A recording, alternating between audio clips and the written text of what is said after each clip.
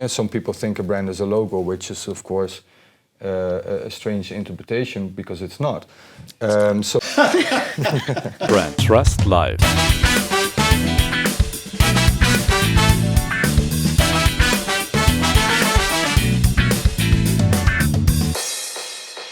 Hello and welcome to our 6th episode of BrandTrust Live. As always, with a really tough topic that we want to handle in a relaxed, inspiring and hopefully educational way. Also, as always, Shalina, my charming colleague who, as always, represents the opposite and still of me, and also tries as far as she can to take an opposing position to make the whole thing a bit more exciting, to make it interesting for everyone watching and listening to us. Yes, thank you, Klaus. And next to me is Klaus-Dieter Koch, who always calls me the evening before the show and asks what I will be wearing so that he can coordinate his wardrobe accordingly. Today we have a topic that I have been looking forward to for a long time because it answers a question that I encounter constantly in my consulting work. Namely, the question of how, in this world of uncertainty, in the VUCA world, in the world of polycrisis, can we actually use this and how can we stay ahead? Let's get started, Shalina. What do you observe with your numerous clients when it comes to this question of how we actually stay ahead? Well, I observe this question more and more often, and especially in corporations. The urge to become faster. How can we position ourselves to become more agile, to spot trends faster, and then implement them more quickly? What advantage does speed have? It's a competitive advantage. The first to bring the product to market gets the attention first. We have enough products. Well, I would say speed has the advantage of attention initially. Well, reminds me of many discussions during the Corona period where it was said, Henry Koch, we used to need 6 months for something like this, and now we've done it in 6 days. That was really a trend during the Corona period in terms of agility, where I also thought we've been talking about agility for years. Somehow we find it incredibly difficult. As soon as such a virus comes, we all become agile, quickly agile. But what I am observing now is that this spirit is becoming less and less so. People are actually falling back into their usual processes and thus becoming slower and less agile again. So is speed perhaps not decisive for competition? Well, if you now apply speed, that's why I asked earlier, not just to the product, but to processes in general. Because if we now, for example, combine speed with customer centricity, then something comes out of it.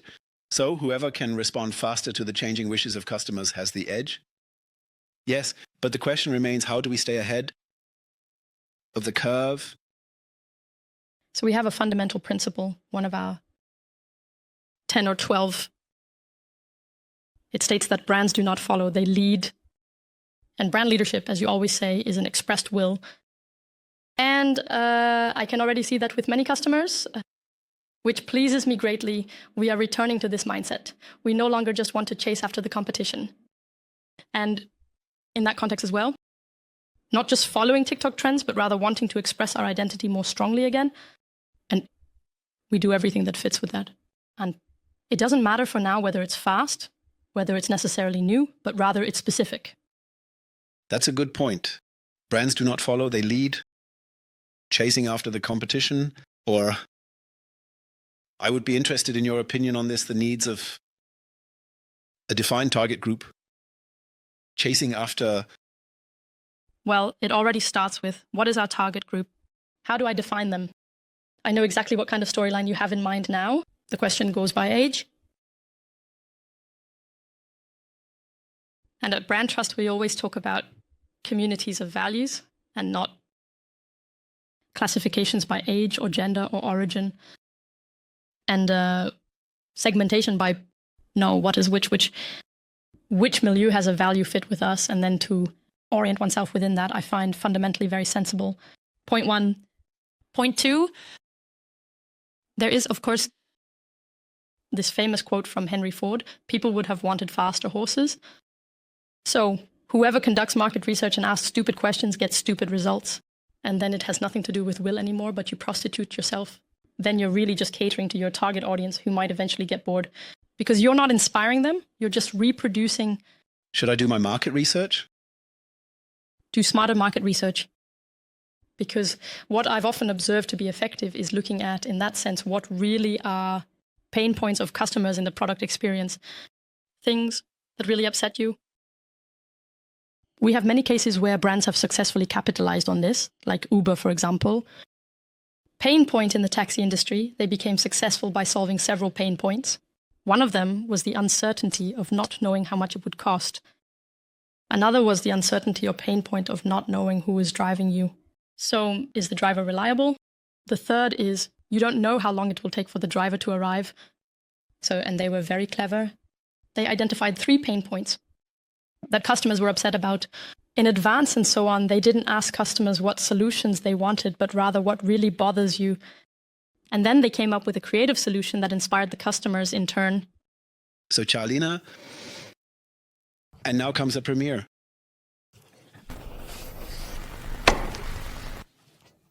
Namely, today's surprise for you. Yes. Our first guest. Who is our first guest? Yes, our first guest is a very special person, someone who knows the topic better than anyone else. His name is Kees Elands, and he founded BrandTrust TrendsActive 21 years ago, just as old as it is, in Utrecht near Amsterdam. And he's coming now, and I'm especially looking forward to him. Klaus. Kees. Shalina. Hello. Our issue today is staying ahead of the curve, so wie man vorne bleibt. What is a question which is driving our clients and our friends very much. And I just said you founded TrendsActive 21 years ago. Why? What was the idea? Actually, because I saw a big gap. I saw a big gap between, let's say, research and business. And you could see that a lot of academic studies are super interesting. But then when it was brought to the practical side, so to brand or business side, you saw a big gap between them. They didn't speak the same language, and I thought we need to change that. Let's step into our topic. So what is a trend and why do you hate it not anymore? But I wanted to say something about that, because I have a feeling why you would mention that there's a change in the meaning of the word trend. Because recently, everything is a trend, right? If there's a TikTok phenomenon that then more than 5 people carry out, sort of asking... It's trending. No, I'm gonna test it with you guys, actually. I'm gonna test it in a second. But then that is automatically called a trend. And then you lose sight, I think, sort of... What is a trend? When is a trend, and when is it just a phenomenon or a hype? Where are the boundaries? And I think it's just blurred lines these days. Yeah, it's all about definition. It's the same as you will most probably experience within brand. And some people think a brand is a logo, which is of course a strange interpretation because it's not. So 20 years ago it was already the same. They also called everything a trend.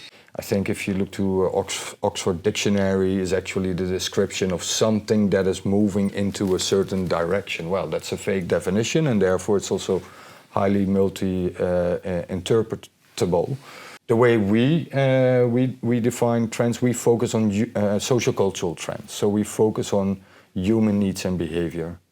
And below that, and I think that's what most people think of when they think of trends, are product trends. Product, industry trends, new colors, new TikTok hypes, and these are all short-term trends. So they stay only for, let's say, between 0 and let's say 5 years max. You can call it a hype sometimes as well.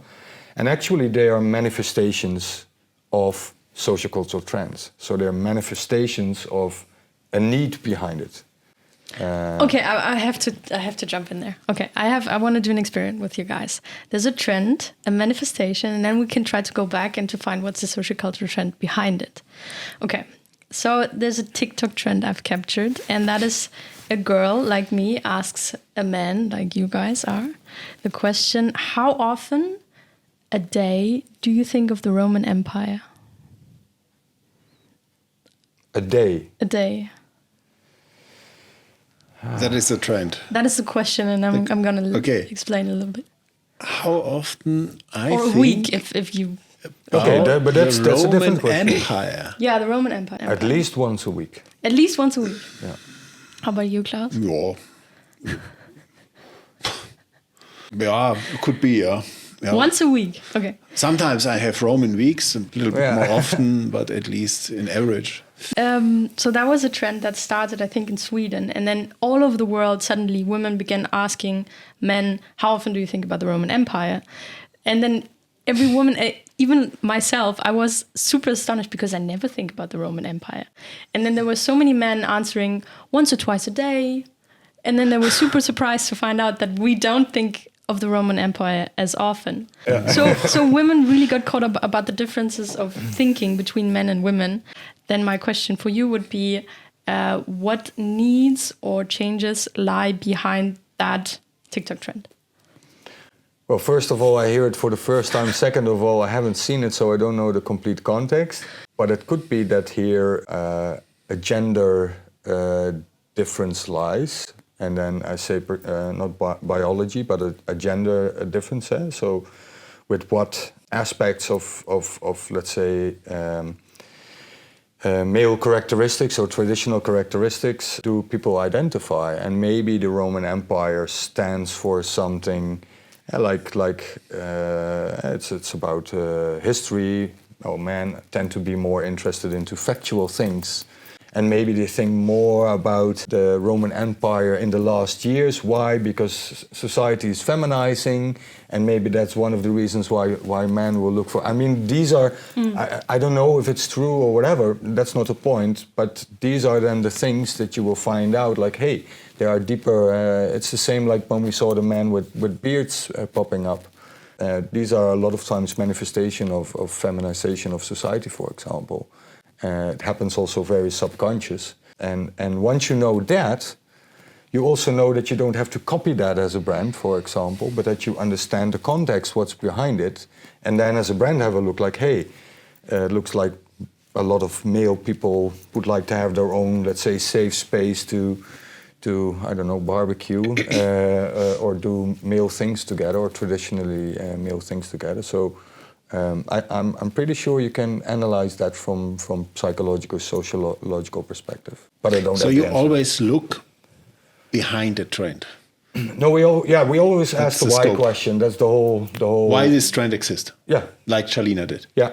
There's a phenomenon she observed, and you ask, okay, what's the reason? What could be the reason or the reasons for such a phenomenon? Yeah, but that's not our core business. We look to social, to the human sciences in general.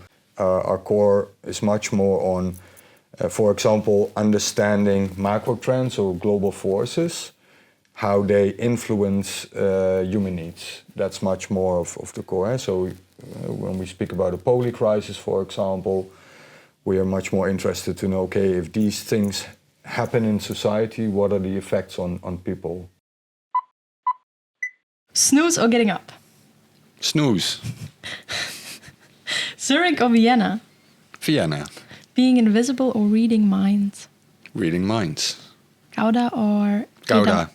All right. Tulips or cheese? Cheese. Mayonnaise or ketchup? Mayonnaise. Okay. Saturday or Sunday? Saturday. Tread wife or non-tread? Tread wife. Okay. Christmas or Easter? Christmas. And birthday or Easter? Or Christmas? Christmas. Christmas. You were really fast. Thank you. In the forefront, we discussed and said, okay, there are we found out three issues: putting you ahead of the curve, so becoming faster, quicker in processes in your company. Secondly, connect it with human needs, human behavior. And thirdly, to be aware of the meaning of the brand you have and be aware to connect it to that what people drives. So what could you add, or what is your perspective on this question, staying ahead? Yeah, of the curve? I really like the third one because it's very close to also what we do. What I like about that is that if you look to human behavior, so you look at sociocultural trends, they actually are sort of blueprint. They're actually like a framework from which you can understand the world around you. Now, if you are a brand and you know who you are, you have your values, you have your mission, etc., you can find overlap. So you have meaning here on the brand side, and you have meaning here on the human needs side. And what's super interesting is to look where do we resonate as a brand with the needs of people. And once you have that, then it means you become, and if you focus on that and develop on that, then you become relevant and even ideally meaningful. So that's the... Sounds quite simple. It sounds very simple, and it actually in essence is also very simple, but it seems that businesses make things very complicated and therefore start to focus on complete different things. I think also a lot of organizations are a bit confused currently, also due to this, let's say, polycrisis and VUCA world, that they start focusing on the complete wrong things. They forget long-term thinking, start firefighting, they focus on... Of course, on costs have to be reduced, cost saving, growth etc. has to be done now. Yeah, and the core thing that they forget is focusing on the key stakeholder, which is the customer. Yeah. Kees de Vries, a wonderful leadership trainer from the INSEAD in Fontainebleau, once said, on my question, what is the main job of a leader? And he says, leaders are the merchants of hope. Yeah, I think that resonates also very well with today's society. I think a lot of people are looking for hope. A lot of people are looking for guidance. What makes a leader confident? Could you help them? Yeah, for sure. By offering a framework that works. I mean, the same as you do. You offer the frame of brands. And I think brands are also a proven... don't kill me for my words, but I see it as a vehicle. I see brands as a vehicle to translate meaning, actually, the same as we as to store trends with the trends, social cultural trends, human behavior. You find meaning, but how do you translate that meaning? And I think brands or visual storytelling or narratives, these are actually vessels of translating that meaning transforming into products and services, experiences. Yeah. If you look at the polycrisis, what would you say has changed or shifted in human behavior within the last years concerning this topic? Yeah, I think there are several things that changed, or at least are now important for people. One is people look for guidance, and they want to have a sense of control because they feel they're not in control. Leaders as well, by the way. So there's no difference between consumers and business, I would say. A very unfortunate aspect is that a lot of people experience high levels of polarization currently.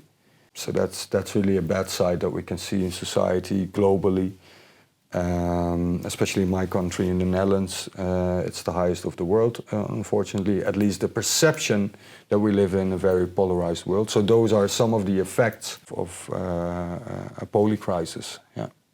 Yeah, if we switch from the brand side to the human side, the question is, Kees, what is relevant to people? What is meaningful to people? You need to be relevant, and maybe if you're lucky, you become meaningful. That's a little bit how I... By coincidence. Yeah, well, yeah, ideally designed, of course, but and coincidence as well. I think even most brands struggle even to be relevant. So I think that's actually the first step they need to take. Also, if you look at the latest researches on consumer experience or customer experience, it's dramatic if you see the numbers. How bad customer experience is. So you see a lot of these, I call it a lot of these telco companies we all have to call, etc. And it seems that they're not even able to do the basic things right. So they focus on... The funny question is, who is happy to make an experience with his telco company? Yeah. Who is happy and say, hey, Saturday morning, I make a cappuccino, then I grab the phone and call my telecom company where I pay a bunch of money every month. Yeah, it's incredible. And as long as nobody is happy for that, it's a torture for people. They cannot call themselves a brand. That's the difference. And they have to change it. They have to develop the ambition to change that. By the way, companies like Apple are able to do that.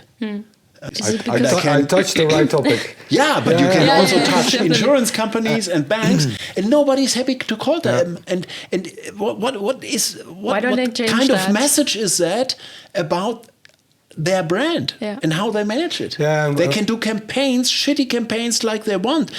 As long as nobody's happy to call them, it's not a brand. Yeah. It's not relevant. It's not attractive. Why don't they change that? I mean, it's not a super specific issue that you're raising, right? I think they're all aware of that. No, it's money driven, of course. It cut costs and put the telephone numbers. So interested there's no pain There's no interest. for them. They have. My The question would retention be. has the interest. If you quit your contract, Yeah, then they call you and they are super smart and super nice and a goodie here and a goodie there.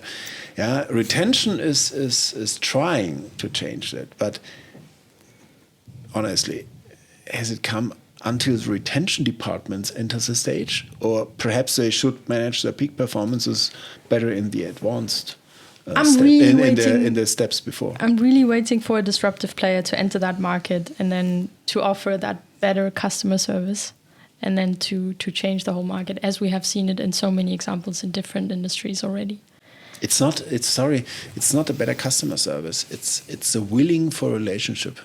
They want contracts. We pay every month, but they're not willing to do a relationship. It's too costly. It's too difficult. It's too, life without customers is much more better. Yeah. Star Wars or Star Trek? Star Wars. Britney or Christina? Christina. Millennials or Gen Z? Gen Z. Olympics or Soccer World Championship? Soccer World Championship. Klompen or Birkenstocks? Birkenstocks. Movie or series? Movie. McDonald's or Burger King? Burger King. Tree or bush? Bush. Bush. Oh, okay. Bush, yes. Sorry. Biden. Harry Potter or Lord of the Rings? Lord of the Rings. Team Edward or Team Jacob? Team Jacob. Very good choice. Going out or home delivery? Going out. All right. We already see a shift traditionally in these upstream segments. You were talking about energy delivery, oil companies or so. They were so, I almost would like to call it privileged. They had often a monopoly situation and they never thought about brand. They didn't think that to be a very attractive asset or something a tool that they could use. But that is changing now. Yep. So in that aspect, the question arises for me, is it to become future ready or to stay ahead of the curve? Is it for every company essential to align more with people and the people's needs? Yeah. Yeah, it's a simple yes. There's only a yes on this answer for every company. Whether it's B2B, B2C, we always say business to human, B2H, because all business, all brands are built by humans. So you have to align on needs in order to be relevant. And of course, the most we see as consumers is communication. And we don't see how they treat the people inside, and we don't see how, what happens on the inside. And as you say, a brand is much more than a campaign. So then to say which brand is human-proof, and I see it because I work, just as you both work on the inside of a brand, then you see, well, this part is quite human-proof, but this part is not. So I think we're not there at all. It's something that has just started to, and what you see in the obvious side is, of course, let's use a human-proof narrative because we're under pressure, because we sell oil, or because we also are forced to focus on sustainability, and then we create a beautiful, sustainable narrative, which most people don't believe. So luckily, people are smart. But where does the innovation come from to connecting the dots to have a 360 approach?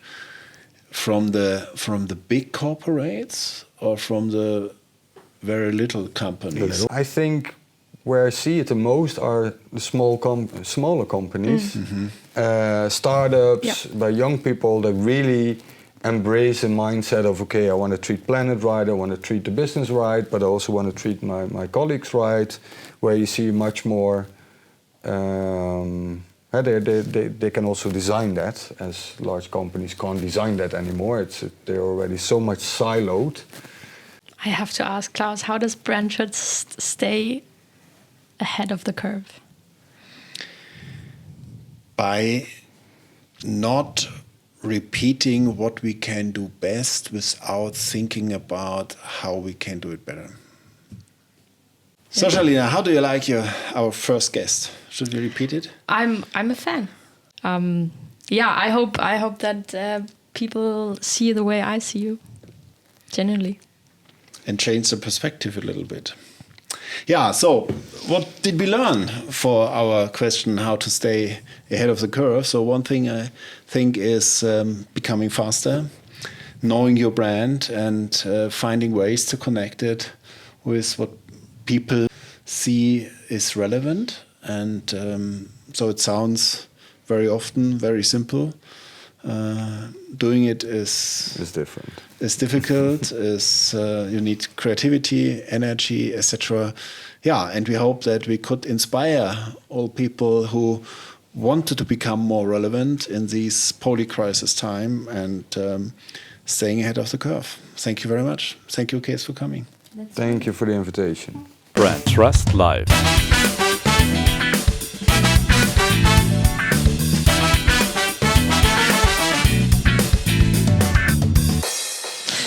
Tree or bush? What? Yes. I'm so sorry.